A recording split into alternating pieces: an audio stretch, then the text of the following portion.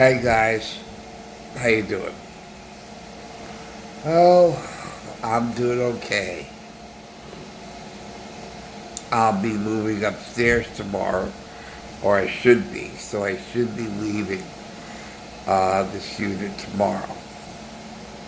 So I feel pretty good about that.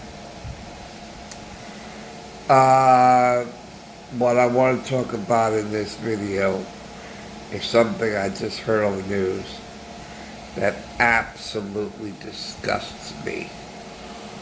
And I think if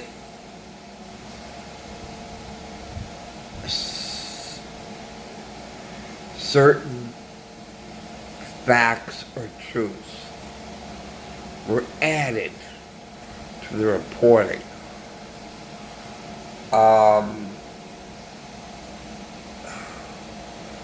I think it would be a lot more powerful. It's about these cops that were ambushed and protesters who are really not protesters were outside his hospital room chanting, "We hope you die." Okay.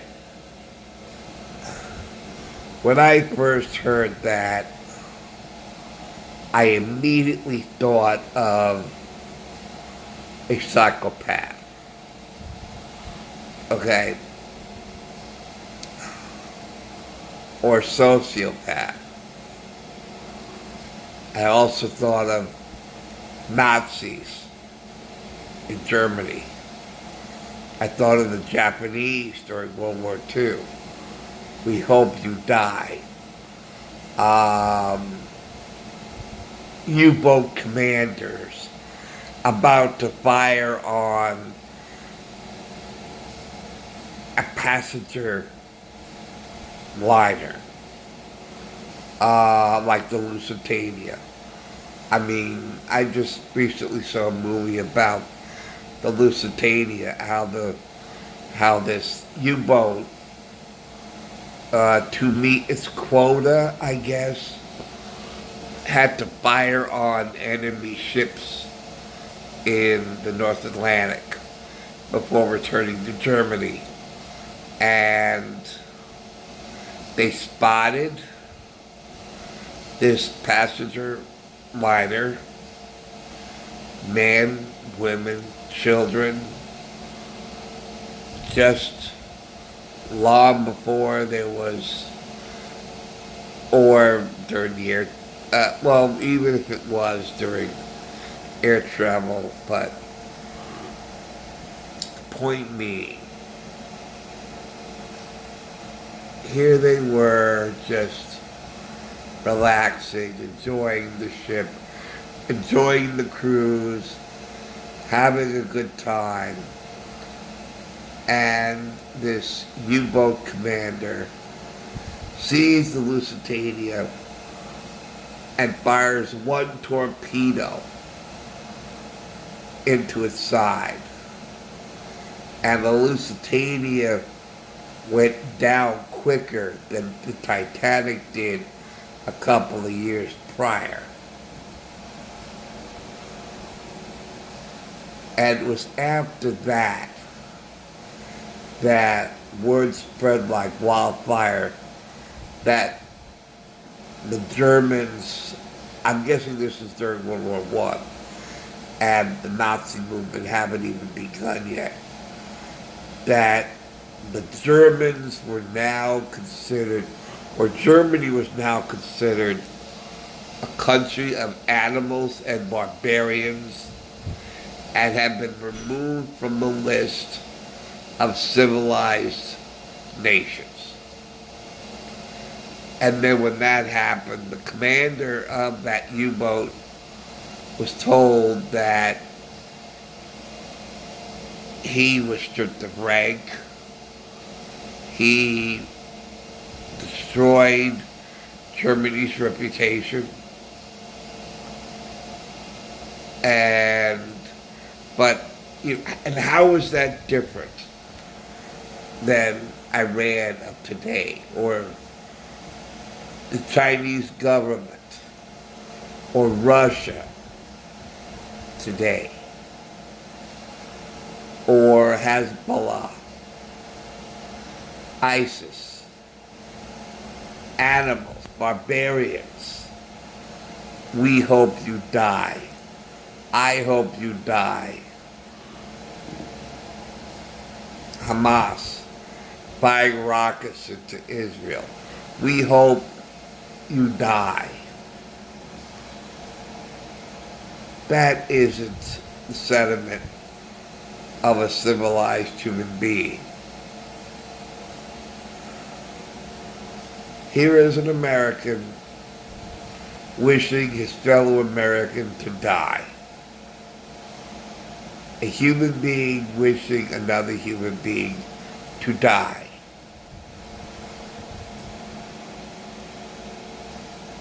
And the human being that he wants to die could very easily have a wife and children at home waiting for them.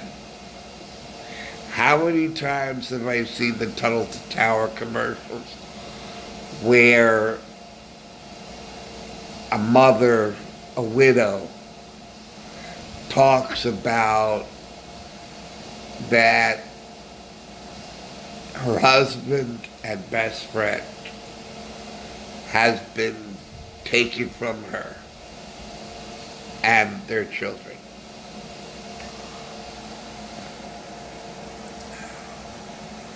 So, when I see the one where it was an officer and the paper said she was killed because she was a cop, and it's a woman of color, the family is a family of color, and when I saw that picture, that front page of this very fine officer who was a woman of color, who was brutally murdered, I thought, doesn't that black life matter? Apparently not. Apparently that black life didn't matter. Didn't matter. And it is just disgusting that an American can wish another American, have a death wish for his fellow American who may have a family, friends, dreams, could be the highest bowler of his league. Nobody knows. It's just disgusting. And so, headline, American wishes another American to die. Headline.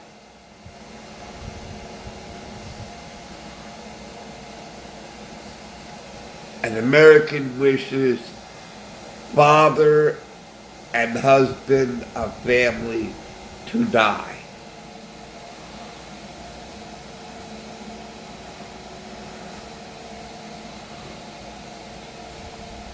It is truly disgusting. It is truly disgusting that human beings, Americans, want other human beings to die. Or Americans want their fellow Americans to die. We hope you die.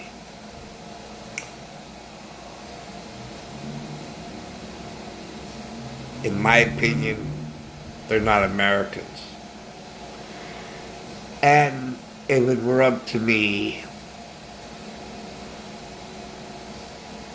I would go to that human being who chanted that sentiment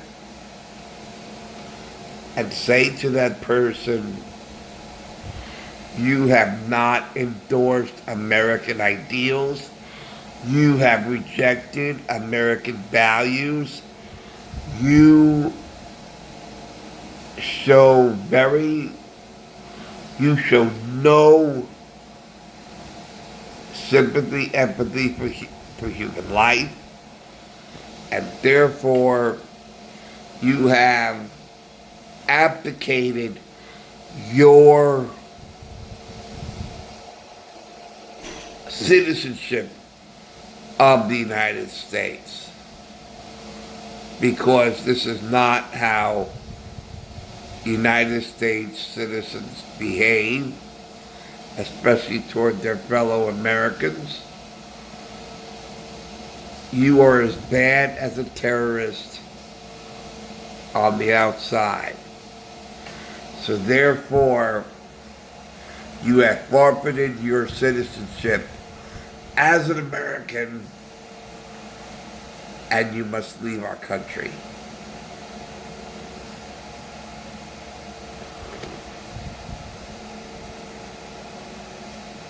You belong over there.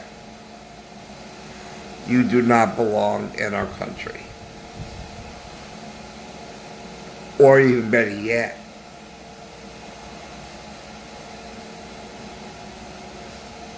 killing a cop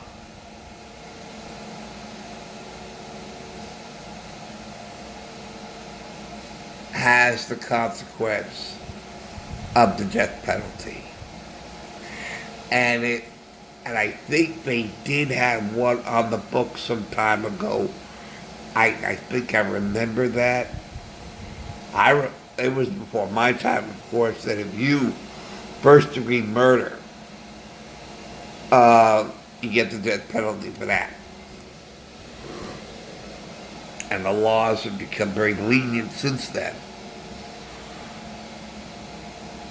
But I do vividly remember a time when if you kill a policeman or policewoman, you get the death penalty. No questions, you don't pass go, you don't collect $200. You get the death penalty if you kill a policeman. If you murder, okay, because it is more murder than it is kill. Okay, it is first degree murder to take the life of someone in law enforcement. And that's what should happen now. You murder a cop, you get the death penalty. And you will see how quickly that stops. Okay? You pass a law saying you get the death penalty for murdering Jews, for murdering the cops, and you get the death penalty. Plain and simple. You'll see how quickly that stops.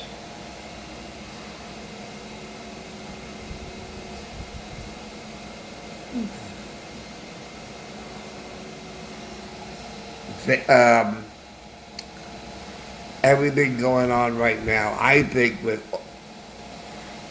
and for all the other crimes that are going on right now, the looting, the arson, the destruction, those people get solitary confinement. Excuse me. Because these are sociopaths, psychopaths, and who cares if they were paid? I think what Jimmy Stewart says in Rope. toward Brandon. He said, there was something already deep inside you that lets you commit murder. But there was something deep inside of me that would never let me do it and never let me be a party to it. And that's the difference. If you are paid to take the life of a fellow human being, no matter how much money you're given, if you agree to it, then there really was no monetary incentive. It was already there. Because you don't go from peace-loving to murderer like that just because you're given money to do it. There has to be something there. And I also have something else to say about education. Now, they keep talking about the 1619 Project, which I guess is what they teach in school these days, that what happened in 1776 was truly not the start of America. It started back in 1619 with, I guess, when the slaves first came to America.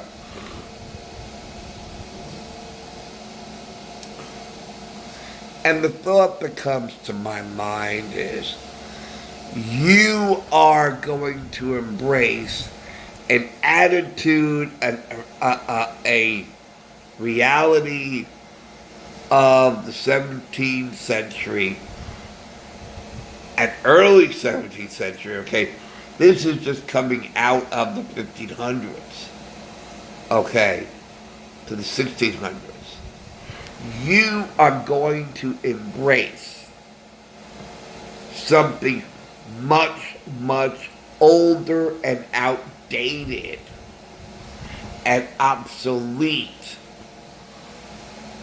as the 1770s.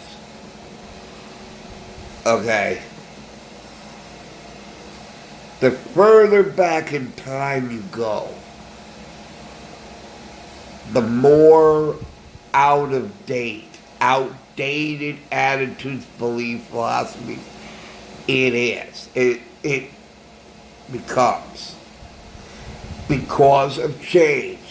Because of change in attitudes, and behaviors, and thoughts. A lot has happened between the 1619 and 1776. And if you are going to embrace an attitude from 1619 instead of 1776,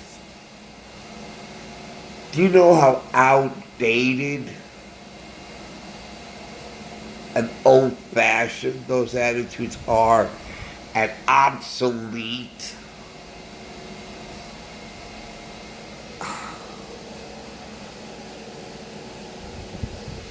To focus on a moment in time of 1619,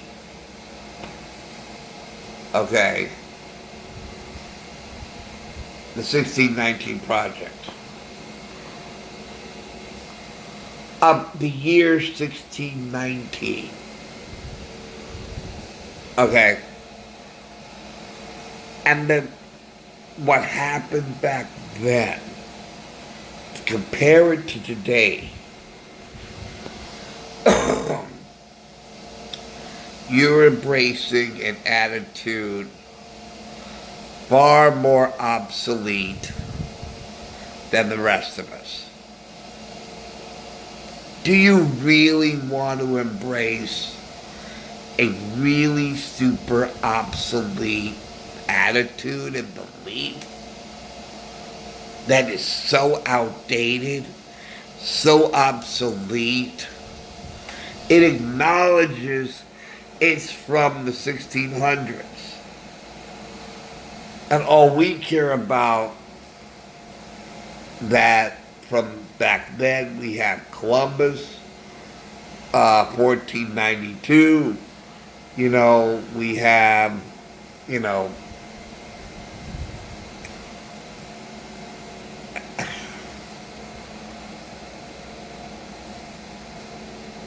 but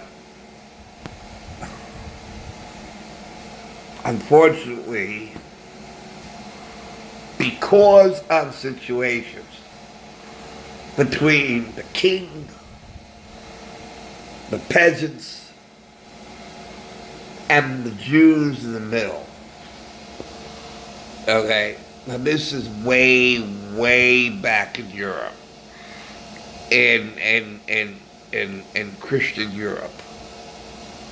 What is it, the 1200s? I think it's the 1200s. The 1200s. The 13th century.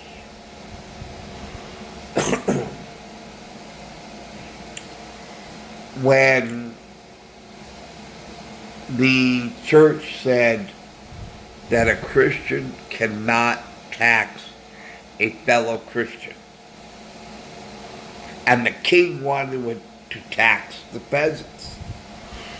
So who could they force to tax? Who would be the representatives? The Jews. Because it was illegal for a Christian to tax another Christian. Again, this is back in the 1200s in Europe. So they made the Jews go to the peasants and ask for the taxes for the king. And that started way back then in the 1200s. This connection between Jews and money, of this stereotype, of this falsehood, this anti-Semitic rhetoric. Because they took that and they twisted it around. Because the poor peasants were also uneducated. They were also oppressed by the king. The king kept them in the dark. So the peasants didn't know that of this law that a Christian cannot tax another Christian. So, as I said, the further back you go, the more outdated things are. So, it's really interesting that they teach an outdated, obsolete attitude presented by events in this country and events of that time. I told you many times that it's a sign of the times. It's what was going on at that time. And just say, okay, that's history. Now where are we? What has happened since then? Because that's important. When I took history in school, it didn't stop on one moment in time. Each class, each week, each chapter in the history book started at one point in time and just kept going, because history's progressive. History continues. Whether it gets better or worse, it's still, time continues. Time does not freeze back in 1619. Okay? And they're teaching our kids all about this one moment in time and nothing else. Nothing else. Now that is a crime. That's not how you teach history. You mentioned, okay, that happened, but here's what happened since, and here's what happened since then, and here's what happened since then, and here's what happened since then. It's progressive. Time and history moves on. But kids are taught nowadays that history is locked in one moment in time and nothing else mattered before or since.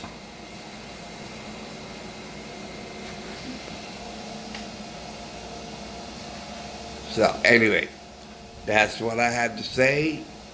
Thank you for watching. Thank you for listening. And remember that the next person you meet, everybody is the universe. Everybody is a world, a planet, of so many lives that are part of that universe. And the Jewish tradition says, you save any human being, you save one person from death, you're credited as saving an entire universe. And you destroy one person's life, you are charged with destroying an entire universe. So let's consider that the next time you're told, or even worse, you're paid to take the life and destroy a universe. When you're paid to destroy a universe, think about that. And this universe that you're about to destroy has a wife who looks at the universe you're going to destroy as a best friend. Children, you're going to destroy their father, their mother.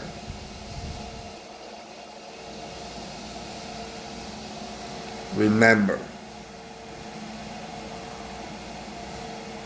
as I tell you, it still goes back to what I saw from Star Trek, when this one alien says to, I forget who he said it to, he said,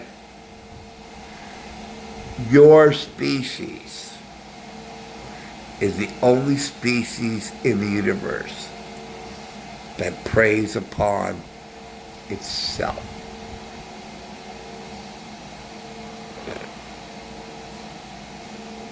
Like a hyena kills another hyena and consumes and devours that hyena out in the wild.